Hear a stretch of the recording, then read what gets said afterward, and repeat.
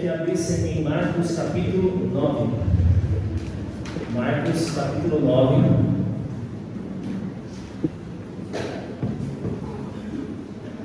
Você pode nos acompanhar tanto em sua Bíblia quanto aqui na projeção na parede. Nós leremos Marcos capítulo 9, do versículo 1 ao versículo 13. E diz assim as Sagradas Escrituras, no versículo 1.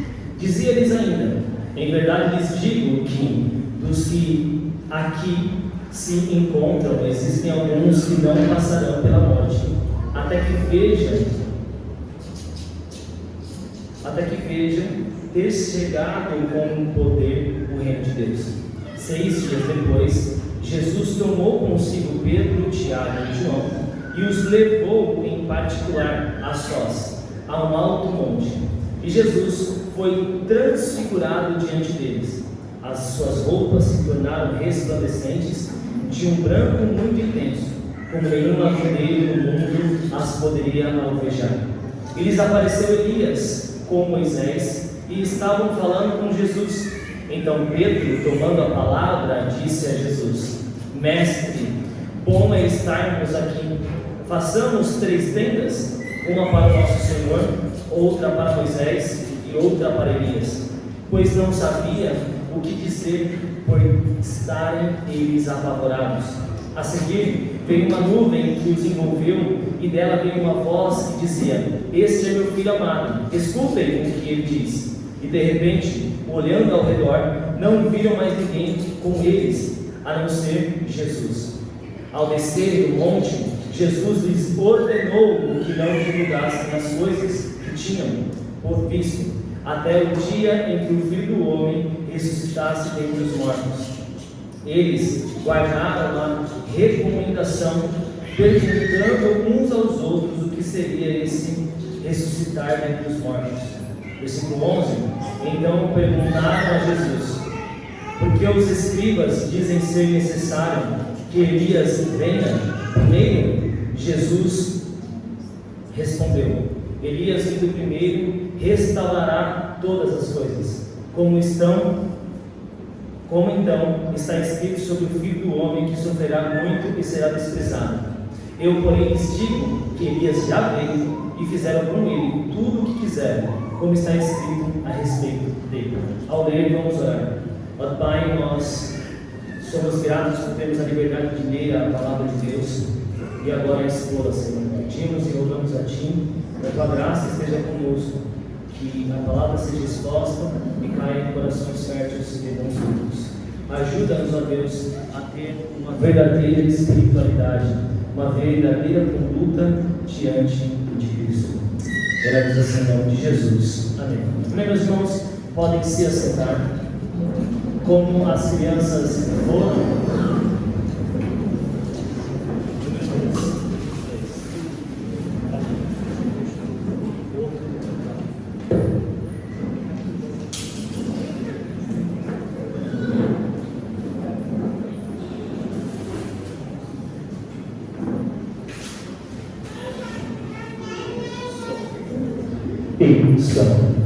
Irmãos, nós estamos então voltando à exposição no Evangelho de Marcos, e essa é a 41ª exposição do Evangelho de Marcos. Como disse aos irmãos, na semana passada nós trabalhamos no mês de janeiro alguns temas que eram pertinentes para a igreja relembrar as condutas e seus comportamentos para que nós possamos viver uma vida que realmente agrade ao Senhor em nossa conduta, em nossa vida, em nossa condição. Anteriormente, no último capítulo, passamos por algumas mensagens e a respeito aos irmãos, a nossa memória, eu quero trazer alguns pontos que já trabalhamos no mês de dezembro. A segunda multiplicação, a multiplicação de peixes e pães, Deus operando seus sinais e maravilhas através de Cristo, o Cristo encarnado. O povo incrédulo sempre fica à procura de um sinal. Nós trabalhamos esse tema na igreja, que todo aquele que é incrédulo fica pedindo sinais, sinais, sinais e sinais. O fermento dos fariseus, juntamente com o fermento de Herodes, que é terrível e quer derrubar o Evangelho. a cura de um cego de uma forma miraculosa e um pouco tanto quanto estranha, mas Deus opera aquele sinal e maravilha. A confissão de Pedro sobre Cristo, que ele é o Filho do Deus vivo, e o negar a si mesmo e tomar a sua cruz. Nós vimos aqui essa questão de alguns pontos da vida crucial cristã que nós devemos viver. Agora, nós nos deparamos em uma passagem mística e milagrosa, totalmente gloriosa. Não tem como, ao lermos ao texto de Marcos e vemos o Cristo agora transfigurado, de forma diferente, não acharmos que isso é místico, glorioso, maravilhoso e miraculoso. A presente passagem contém uma mensagem acentuada cristológica. A passagem aqui não é o místico que Cristo pode ser transfigurado, ou não é Pedro e aqueles 3 homens que foi chamado sozinhos e são os queridinhos de Jesus. A passagem aqui não quer dizer que Deus vai transfigurar você e o seu rosto vai brilhar, as suas vestes serão brancas que nenhum alvejante pode trazer tanta clareza para as suas vestes. Não, essa passagem é cristológica, está centrada na pessoa de Cristo, está centrada no Senhor e Salvador das nossas vidas. E esse relato sobre Jesus pode ser dividido assim em 5 pontos ou em 5 formas. Primeiro, a mudança de local seguida pela transfiguração de Jesus. Vemos ele num local falando a respeito de carregar a nossa cruz, e saindo desse local após 6 dias, ele sobe um monte para orar, e nós vamos ter a transfiguração de Jesus. Segundo, a aparição, que nós não podemos talvez discernir de qual forma, de Elias e Moisés, e Pedro, João e Tiago conseguindo ver esses 3 homens ali, e Cristo transfigurado. Terceiro ponto, a pergunta precipitada e tola de Pedro. Trabalharemos esse aqui, como Pedro é precipitado e tolo, e quem é precipitado e tolo às vezes fala o que não deve e pergunta o que não deve. 4 ponto, a voz vinda do céu dizendo: esse é meu filho amado que me compraz, ou que eu amo. E 5, quando sobra somente Jesus. Pedro, Tiago e João, nós vamos ver através do Evangelho também de Lucas e de Mateus, que eles acabam ali naquele período por um sono, e quando eles olham não tem mais Elias e nem Moisés, mas só sobra Jesus. E na nossa vida nós vamos compreender essa exposição: o que tem que sobrar, o que tem que ter é Cristo e mais nada. Amém, irmãos? Então vamos ao texto. Eu gostaria que os irmãos acompanhassem comigo o versículo 1 e o versículo 9. Fique com a sua Bíblia aberta ou atento ao que nós passamos aqui. O versículo 1 diz assim: e dizia-lhes ainda: em verdade lhes digo que dos que aqui se encontram existem alguns que não passarão pela morte, até que venham ter chegado com poder o reino de Deus. Esses aqui, meus irmãos, foram Pedro e os irmãos Tiago e João, que viram o Cristo transfigurado de forma gloriosa, demonstrando o poder do reino de Deus. Jesus está com os seus 12, está com o seu grupo, e diz assim: olha, alguns que aqui estão não chegarão até a morte, mas verão a chegada do reino de Deus com poder. E os primeiros que nós podemos trazer alusão, que eles vão ver esse poder do reino de Deus, são esses 3 servos e discípulos chamados apóstolos, que veem o Cristo transfigurado, com uma feição diferente, vestes diferentes, reluzente, e ali se manifestando o Cristo Redentor, o Cristo Salvador, não talvez com a sua figura normal como estava debaixo ali no monte. E a vinda do reino de Deus é testemunhada também pela ressurreição de Cristo. Em breve ele vai morrer dentro dessa passagem, em breve ele vai padecer, em breve o Pai o abandonará na cruz do Calvário, em breve ele terá 3 dias ali morto, mas ao 3º dia ele vai ressuscitar. E por isso nós aqui ele falar que todos aqueles que verem Cristo ressurreto verão a chegada do reino de Deus. E também depois em Atos capítulo 2 a chegada do Espírito Santo. Não foram só os 12, muitos viram ali o reino de Deus se manifestando em glória e poder, se manifestando em graça através do Espírito Santo. Então, esse primeiro versículo, nós resolvemos assim, que o reino de Deus, ele está propagado através de Cristo, na sua transfiguração, na sua morte e ressurreição, e na descida do Espírito Santo. Então caminhamos para o versículo 2, que diz assim: 6 dias depois, Jesus tomou consigo Pedro, Tiago e João, e os levou em particular a sós ao alto monte, e Jesus foi transfigurado diante deles. Há uma discussão a respeito de qual monte é. Será que é o Monte Hermon ou o Monte Tabor? Porém, a geografia de qual foi a transfiguração de Jesus, pouco importa. Porque se realmente importasse, o que você acha que fariam com esse monte? Não é assim? Talvez você já ouviu uma história que alguém subiu um monte e viu o graveto pegando fogo. Ou você subiu um monte, alguém subiu um monte e algo miraculoso, ou alguma experiência pessoal daquela pessoa naquele monte orando. Ele desce dizendo: aquele monte tem poder. Você tem que subir naquele monte, porque lá naquele monte as coisas acontecem. E assim lotou-se o monte do Cocaia. Então, meus irmãos, para quem já foi, sabe muito bem o que eu estou dizendo. Tem até comércio agora vendendo óleos de diversas cores, que não é de Israel, mas dizem que é de Israel. Jesus é transfigurado diante dele, ele é mudado. Imagina, irmãos, nós estamos aqui familiarizados com transfigurações. Nós homens conseguimos ter esse vislumbre um pouco da transfiguração quando as nossas esposas estão de TPM.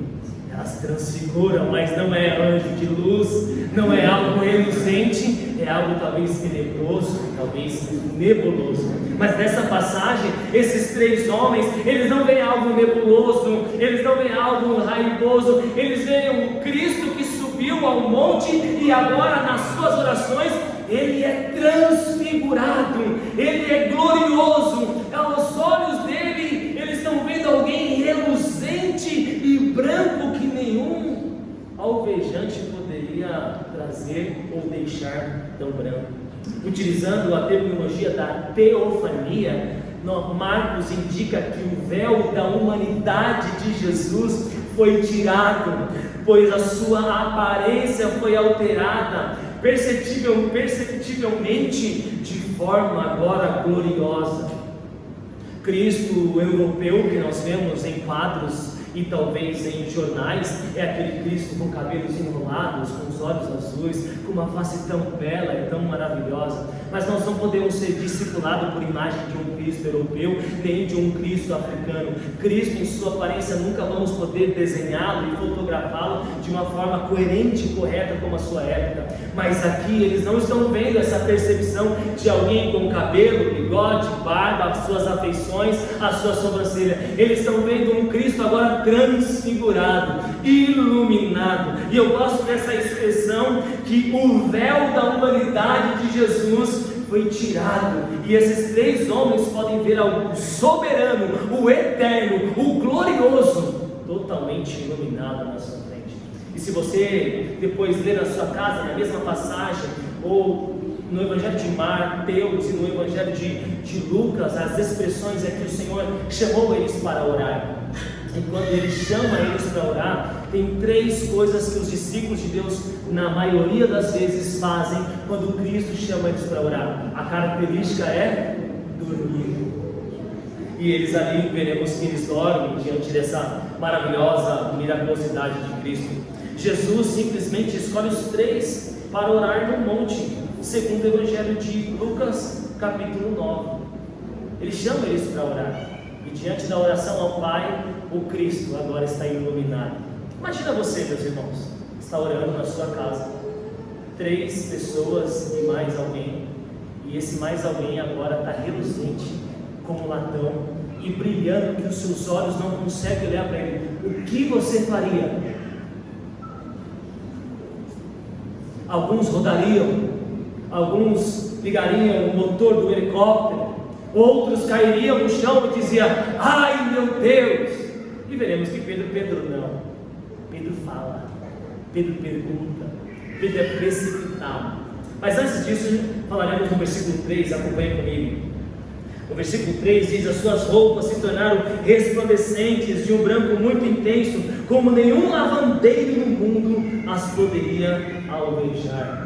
O interessante é que sempre que os discípulos, os apóstolos, inspirados por Cristo, eles trazem à leitura ou à escrita aquilo que já era comum para o povo daquela época. Então já vemos aqui uma profissão de lavandeiro. Talvez a primeira franquia de lavanderia daquela época, daquele tempo, poderia ser desses aqui que Marcos recita.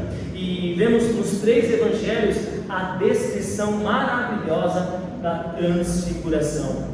As vestes do próprio Cristo estavam agora brilhando, resplandecendo intensamente. Algumas mulheres mais velhas aqui diziam assim: será que é como eu deixava o meu vestido na minha época, batendo naquele tanquinho que tinha também? Não existia máquina de lavar, mas somente o tanquinho. Será que deixava ali branquinho como eu deixava? Eu digo às senhoras que provavelmente era muito mais claro. Marcos ressalta que nenhum lavandeiro poderia deixar as vestes assim, ou quer dizer que hoje a propaganda do Vênus não seria tão grande como as vestes de Cristo naquele tempo. É interessante que talvez Marcos poderia deixar assim: se todo branco fosse assim. Ele poderia olhar para Cristo e foi a primeira vez que alguém fala do lavandeiro, que fala das vestes e planta. Se todo branco fosse assim. E literalmente Cristo agora está revestido de uma forma preciosa e miraculosa, está aos olhos nus desses homens. A alusão de Apocalipse, o Cristo está gloriosamente brilhando, as suas vestes sem nenhum tipo de mancha, as suas vestes puras, mostrando a sua pureza, santidade e divindade. Irmãos, eu quero passar para vocês aqui, que experiência maravilhosa, não é? Eu sei que nós somos reformados e ficamos com medo, talvez, de alguma experiência, mas a maior experiência foi Deus ter convertido você, como diria o pastor Renato Vargas, cabra ruim. A experiência maravilhosa que esses homens estão vendo com seus próprios olhos é a transfiguração de Cristo.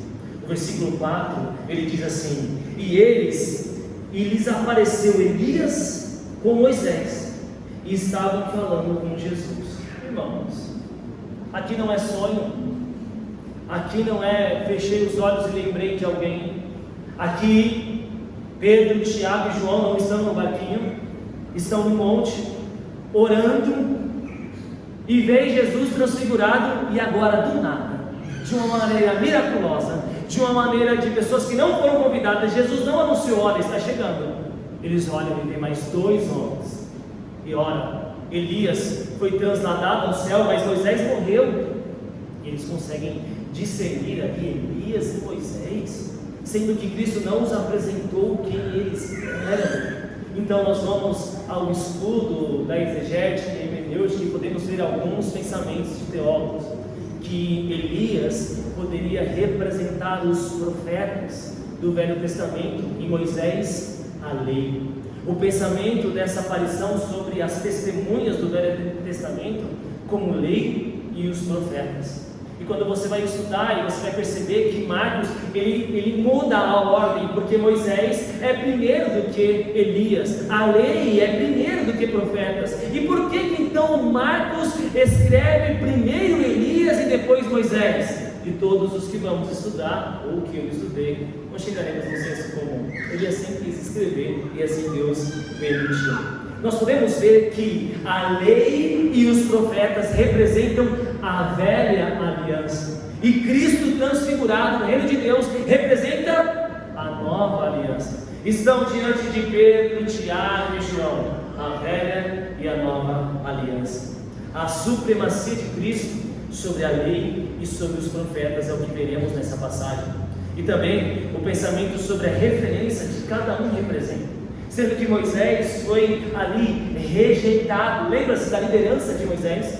Lembra-se quando Moisés está para tirar o povo do Egito e levá-los à terra de Canaã?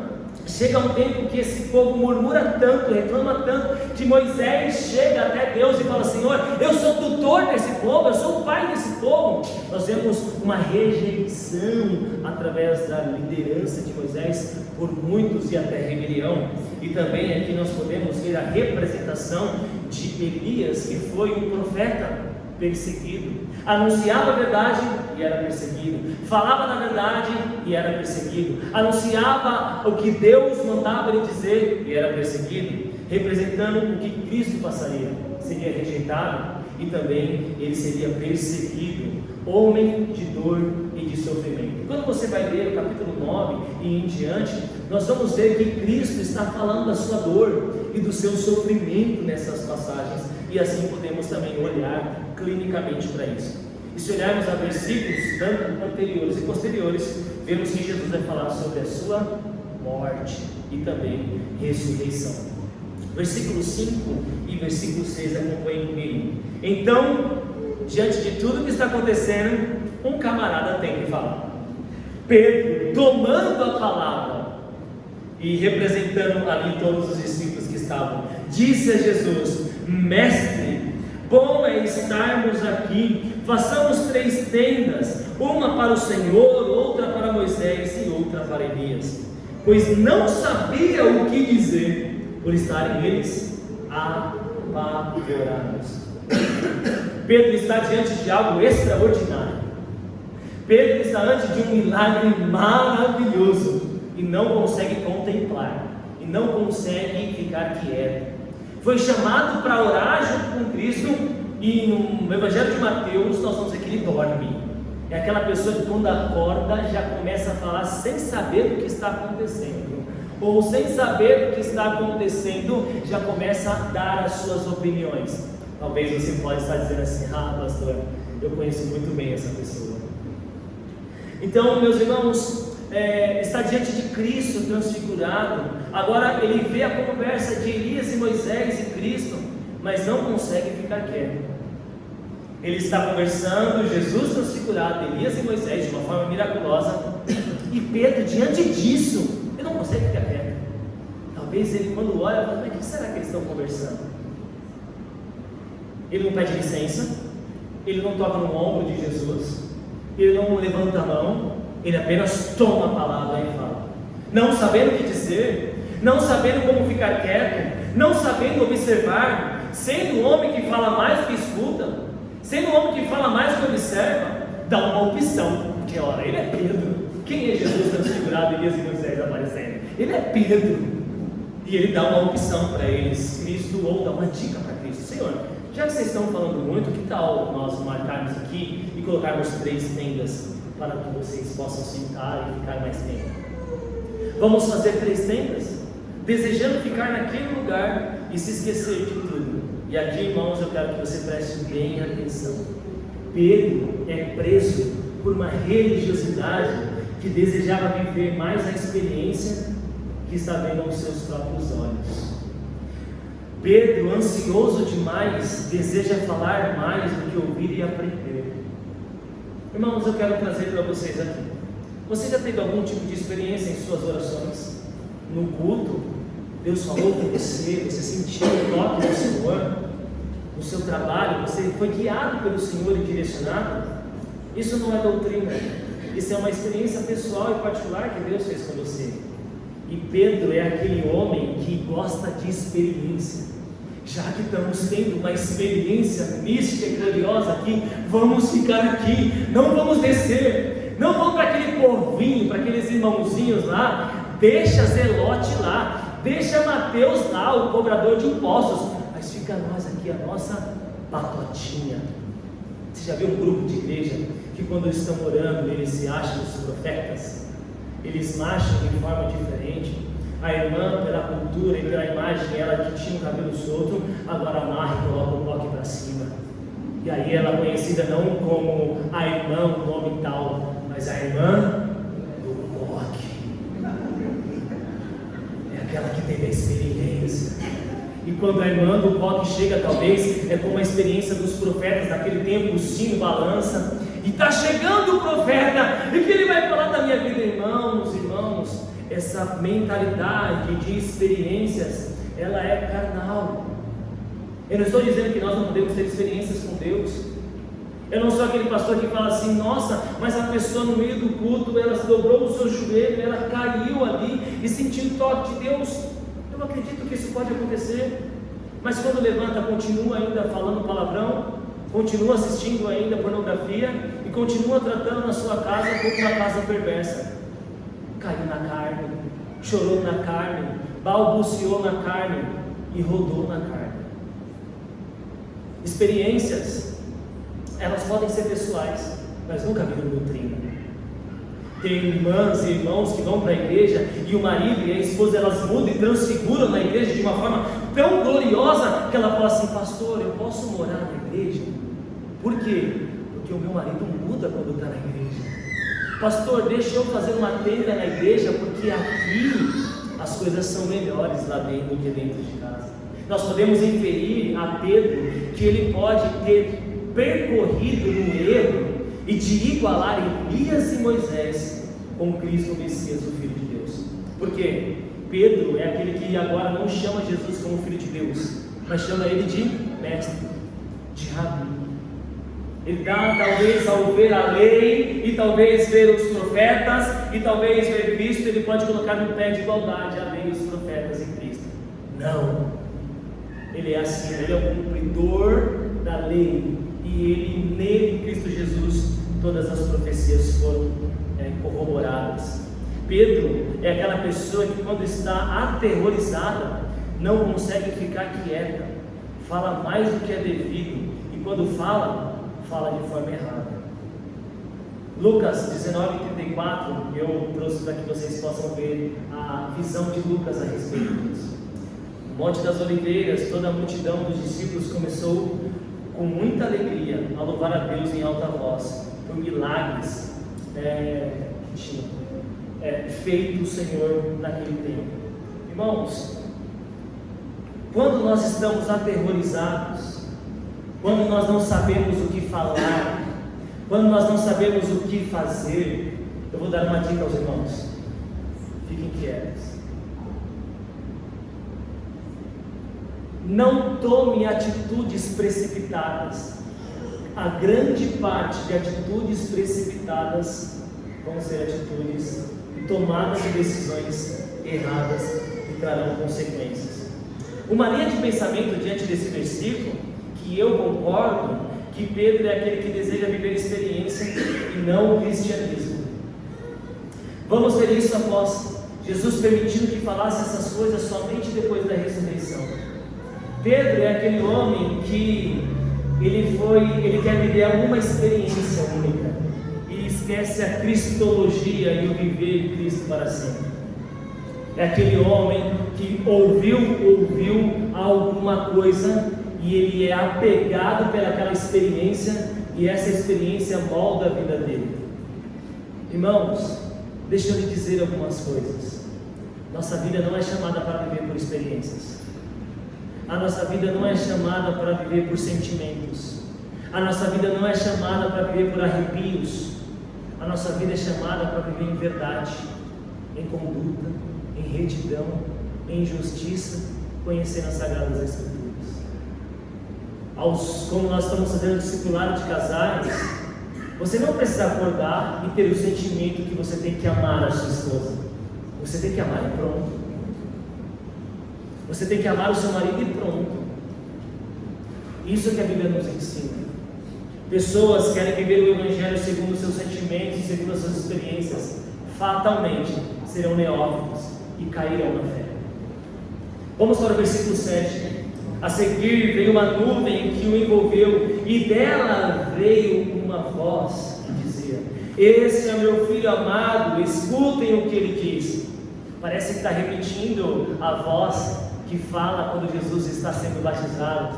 A pomba aparecendo como o Espírito Santo, vindo uma voz: "Esse é meu filho amado, a quem eu tenho amor, a quem eu tenho quem me comprasse." Olha o versículo de Mateus, capítulo 17:6. Ao ouvirem aquela voz, os discípulos caíram de bruços, tomados de grande medo.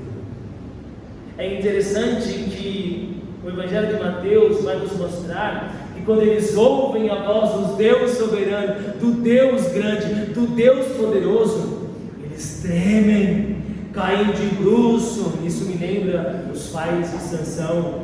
Quando ouvem a voz do Senhor, o pai de Sansão diz: o Senhor vai nos matar. E a esposa diz: se ele quisesse fazer isso, ele já tinha feito. Quando Isaías ouve ao Senhor, ele não sai pulando, não sai se alegrando. Quando ele ouve a voz do Senhor, ele diz: ai de mim. Irmãos, aqui nós podemos trazer a alusão que muitos dizem por aí: eu ouvi o Senhor dizer comigo hoje, Deus falou comigo hoje. Um outro dia eu ouvi um homem falando assim: quando eu estava tomando banho, Deus veio falar comigo. E aí ele disse: enquanto eu passava shampoo, o Senhor conversava comigo. Mas como? A Bíblia Sagrada nos mostra que quando Deus fala e as pessoas escutam, eles tremem, eles caem de bruço, eles dizem: ai meu Deus, o que acontecerá comigo agora? Mas não, tem pastores que falam que o anjo passou e deixou uma pena rosa para falar que foi o anjo passando por ali. Pedro, no versículo 6, chama Jesus de mestre. E aqui o Pai Celestial, o Deus soberano, vem sobre as nuvens e diz: ele é meu filho amado, a quem tenho tanto amor. Podemos ver o Velho Testamento nessa teofania, Deus manifestando através das nuvens, quando ele estava no deserto, Deus se manifestando com o seu povo através de uma nuvem de proteção. Quando Moisés sobe, Êxodo capítulo 20, o monte está cheio de nuvem e o povo treme. Uma teofania de Deus, tanto no Velho quanto no Novo, através de um sinal de uma nuvem. O Senhor agora, além de confirmar mais uma vez que fora feito no batismo, ele confirma a sua paternidade, ao mesmo tempo repreende os discípulos. Ele não é apenas mestre, ele não é apenas um professor, ele não é apenas aquele que ensina, ele é o Filho de Deus. Ele é o Filho do Senhor, ele é meu filho amado. Deus não fala sobre Moisés, Deus não fala sobre Elias, ele se refere à verdadeira graça, que é o Filho de Deus e nenhuma igreja. Deus repreende os discípulos, dizendo assim: escutem o que ele diz. Quem tinha acabado de fazer uma pergunta? Quem tinha acabado de falar? É mais ou menos, vem uma nuvem e Deus fala: shh, escuta o que ele diz, para de falar, escuta a voz do Senhor, ouve a palavra de Deus. Deus desperta os discípulos para que eles escutem o que Cristo está dizendo e o que ele dirá no futuro. O chamado para todo discípulo é escutar atentamente as palavras de Cristo. Irmãos, Deus não te chamou para ter experiência, Deus não te chamou para ter sonhos, Deus não te chamou para sentir, Ele te chamou para você escutar. Isso já quebra vários tipos de maneiras de vivenciarmos o cristianismo. Não é por experiência, mesmo que podemos tê-la, não é por sonhos, não é por algo místico, mas Ele está dizendo para os discípulos e para nós: escute o que o Senhor tem para dizer. Vocês já ouviram aqui eu dizer aquele exemplo? O pastor, ele estudou 30 horas durante a semana, fazendo uma exegese, uma hermenêutica, pregou no culto, tanto para aquele simples indouto, quanto mais doutorado entender a pregação, e aí ele prega durante 45 minutos, e aí depois do culto acabar, chega uma irmã dele e diz: pastor, você não pode tirar uma palavra para mim? É aquele conceito de dizer assim: não, peraí, no meio desse todo o povo aqui, eu tenho que tirar uma palavra. E aí as pessoas deixam de ser pescadores de homens, que escutam a palavra e vivem a palavra, e vivem pescadores de palavra. Irmãos, eu quero te dizer, essa manhã não tem uma palavra específica para você. Tem uma palavra dizendo assim, ó: escutem a Cristo. Você não vai ouvir aqui: eis que me te disse, eis que o Senhor me revelou. Mas você vai ouvir: o Senhor já revelou nas Escrituras, agora escute Ele. Deus está falando com você. Sabe como? Através da escrita, através da própria palavra dele. Mas nós somos discipulados e catequizados que precisamos sentir. Nós precisamos sentir alguma coisa. Ora, meu irmão, se você está desviado, você não precisa sentir, você já é um desviado. Se você está longe de Cristo, ninguém precisa poder falar para você: olha, você está longe, você já está longe. Ora, se você é um burucutu, um homem grosseiro, você não precisa de uma revelação dizendo: olha, você é grosseiro, porque você já é. Se você vive em pornografia, se você vive em prostituição, você não precisa de ter uma experiência de um anjo vir ou alguém revelar para você. Você já está na prostituição, você já é viciado na pornografia. Ninguém precisa te revelar. É só você olhar no espelho e ser verdadeiro. E isso não é duro, isso é a verdade. E o Senhor diz aqui aos discípulos: escutem o que o Senhor tem para dizer para nós. No versículo 8 diz assim: e de repente, olhando ao redor, não viram mais ninguém como eles, a não ser Jesus. Quando eles olham ao seu redor, eles veem a Cristo. Sola Cristo. A lei?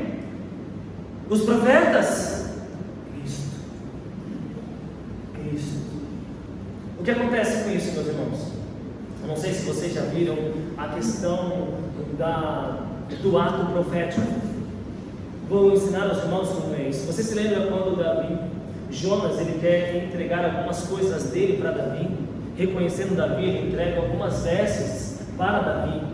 E aí no século 21 as pessoas falam assim: eu vou fazer um ato profético. Essa palavra tocou meu coração, esse místico tocou meu coração. Eu vou tirar o meu sapato e vou entregar para o pastor, porque eu andarei nos mesmos passos que ele. Esse será um ato profético. Deixem isso de lado. Deixem as babaquices de lado, deixem a tolice de lado, escutem a palavra de Deus. O que aconteceu no Velho Testamento, Paulo vai nos ensinar que é aio, é pedagogo, é pedagogo, é para ensino, é sombra. Agora em Cristo nós não vivemos mais na sombra, nós vivemos na verdade, e a verdade nós devemos escutá-la e vivê-la. Aqui nós podemos ver a supremacia de Cristo, a soberania a respeito da lei e dos profetas. Cristo está acima da lei, acima dos profetas. A sua aliança não está em uma tábua, a sua profecia não está em palavras que vão acontecer. É Ele, é nele que foram criadas todas as coisas, é nele, por ele e para ele são todas as coisas. Agora não é mais uma tábua de lei que devemos seguir, essa tábua tem que ser escrita, essas leis no nosso coração, na nossa vida, na nossa prática. Por isso ele vai nos falar no versículo anterior: escutem o que o Cristo tem a dizer a vós. Diante disso, devemos aprender que Cristo é tudo em todos. O que você mais quer? O que você mais deseja? Tendas? Elias? Moisés? Lei? Profetas? Cristo é suficiente. Não há lei e nem profetas que são superiores a Cristo. Cristo é o cumprimento de toda a lei e de todas as profecias. Nossa devoção deve ser cristocêntrica. Nossa adoração deve estar somente na centralidade de Cristo. A nossa vida tem que ser centralidade em Cristo Jesus e mais nada. Não estou dizendo aqui, meus irmãos, que nós devemos esquecer da lei e esquecer dos profetas, que é uma coisa, o Velho Testamento e outra, porque nós vamos ver a graça de Deus desde o Jardim do Éden. Porque se não houvesse graça no Velho Testamento, Deus não mataria algum animal para fazer veste a Adão e Eva, mataria Adão e Eva. Alguma vez perguntaram assim com um teólogo, dizendo: por que se Deus ele é pacificador e tardio em irar-se, e ele, quando o primeiro pecado que Adão e Eva pecam, ele expulsa ele dos jardins? Ora, se Deus não fosse paciente, eles logo matariam. Ele despedaçaria não os animais, mas próprio Adão e Eva, e acabaria com toda a humanidade. Ele é tão misericordioso, Ele é tão bondoso, que essa manhã você conseguiu acordar e ser perdoado por Deus. No versículo 9 e 10, ao descer do monte, Jesus lhes ordenou que não divulgassem as coisas que tinham visto, até o dia que o Filho do Homem ressuscitasse entre os mortos. Eles guardaram a recomendação, perguntando uns aos outros: o que seria esse de ressuscitar dentre os mortos? Essa é uma ordem que Jesus já fez outras vezes. Quando ele cura o cego, ele diz: não conte para ninguém. Quando ele estende a mão de um homem que está com ressequida na sinagoga no sábado, ele disse: não conta para ninguém, porque não é chegada a minha hora. Ele não queria causar um alvoroço naquele tempo, antes do tempo que era necessário para a cruz do Calvário. Mas essa ordem é diferenciada das outras. Ele fala assim: olha, ele estabelece um limite de tempo, não conta agora, conta depois. E aqui muitos de nós devemos aprender. Você já viu a frase, alguém dizendo: ó, vou te contar uma coisa, mas não conta para ninguém? Aí essa pessoa fala para o outro: vou te contar uma coisa, mas não conta para ninguém. Uma das instituições, infelizmente, que é mais fofoqueira se chama igreja. E uma das pessoas que é mais fofoqueira, que deveria ser ali fulminado por Deus, se chama pastor. O que tem de pastor fofoqueiro, o que tem de pastor tribuloso, que quer saber da vida dos outros para depois jogar na cara, filhos do diabo, são esses que se chamam pastores. E aqui, meus irmãos, Jesus está dizendo: olha, não conte agora, mas quando tudo acontecer, eu quero que vocês propaguem e anunciem. Não fale para ninguém sobre sua transfiguração, até que o Filho do Homem ressuscitasse dentre os mortos. Isso significa que o completo entendimento a respeito de Jesus é possível, ou será somente possível, somente à luz que usa a crucificação e ressurreição. Não adianta falar sobre experiência da transfiguração se não houver cruz e ressurreição. Transfiguração sem cruz e ressurreição é a experiência mística que leva as pessoas à infantilidade cristã. O elemento fundamental do ministério do Evangelho não é a pregação eloquente, campanhas de cura, programas de músicas harmoniosos, instituições bem estruturadas ou catedrais bonitas. O cerne do Evangelho não é uma igreja muito bem revestida com uma roupa bonita, ou com uma boa eloquência, ou com boas vestes. Qualquer dessas coisas que estejam fora da centralidade de Cristo crucificado e ressurreto é superficial e confuso. Toda a pregação que não leva a Cristo, toda a pregação que não leva a arrependimento, toda a pregação que não leva a nossa reflexão das nossas vidas na cruz do Calvário, ela é baixa, ela é diminuída, ela é insuficiente, ela é confusa. Mas a pregação e o cerne do Evangelho, toda a espiritualidade que tira o foco da cruz, é antropocêntrica e carnal, e não cristocêntrica. Por isso, irmãos, aqui ou acolá, sendo nessa igreja ou em outra igreja, o Evangelho é Cristo. O Evangelho não é prosperidade, o Evangelho não é dinheiro. Se você quer ganhar dinheiro, levante cedo e vá trabalhar. Se você quer conquistar as coisas, levante a manga das suas camisas e vá fazer o que tem que ser feito. Deus não dará trabalho para aquele que acorda 1h e diz: estou na dependência do Senhor. O Evangelho que é pregado em muitos púlpitos é o Evangelho da prosperidade, que tudo vai dar certo. Mentira! Nem tudo vai dar certo. Por isso que a centralidade não é experiência. Experiência passa. Experiência já foi. Um dia você está contente no culto, outro dia você está nervoso no culto. E seja esse. Experiências passam. Mas a supremacia de Cristo, do Evangelho, jamais passa. Por isso a centralidade dele. Encaminhando ao fim, e chamando a equipe de música, versículo 11 e 13. Então perguntaram a Jesus: por que os escribas dizem ser necessário que Elias venha primeiro? Jesus respondeu: Elias, vindo primeiro, restaurará todas as coisas. Como então está escrito sobre o Filho do Homem, que sofrerá muito e será desprezado? Eu, porém, lhes digo que Elias já veio e fizeram com ele tudo o que quiseram, como está escrito a respeito dele. Alguns irmãos esperam que no tempo do fim vai vir as duas testemunhas, Elias e Moisés, e eles apregoarão para 144 e esses serão salvos. E eles estão esperando o Elias vir. Elias vai vir, Elias vai vir, Elias vai vir. E Cristo diz: Elias já veio. Jesus está confirmando que a missão de Elias, descrita na Escritura, foi literalmente e fielmente cumprida por João Batista. João foi a figura como Elias que preparou todas as coisas pregando arrependimento. João não é Elias, mas ele tipifica a figura do Elias, aquele que vem e fala a verdade e prepara o caminho para o Messias. Ele também foi o precursor de Jesus em sua própria rejeição e morte.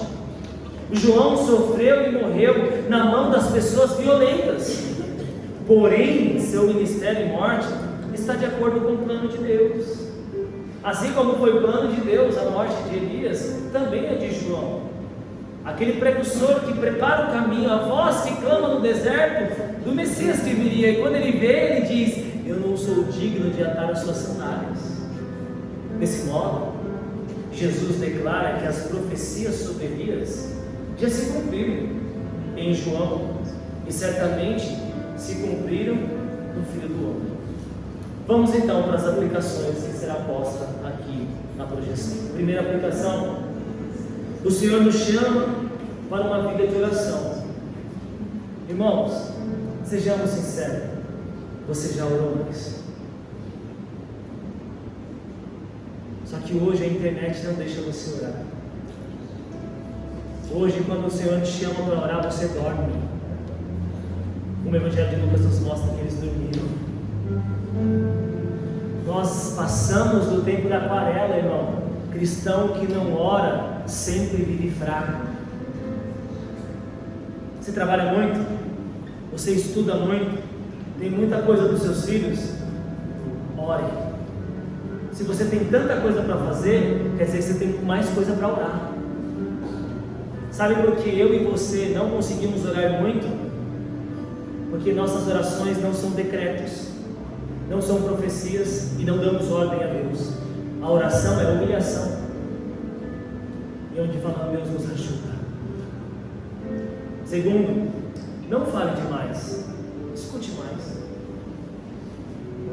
Irmãos, eis aqui uma coisa que nós devemos aprender, que Pedro fez e nós não devemos.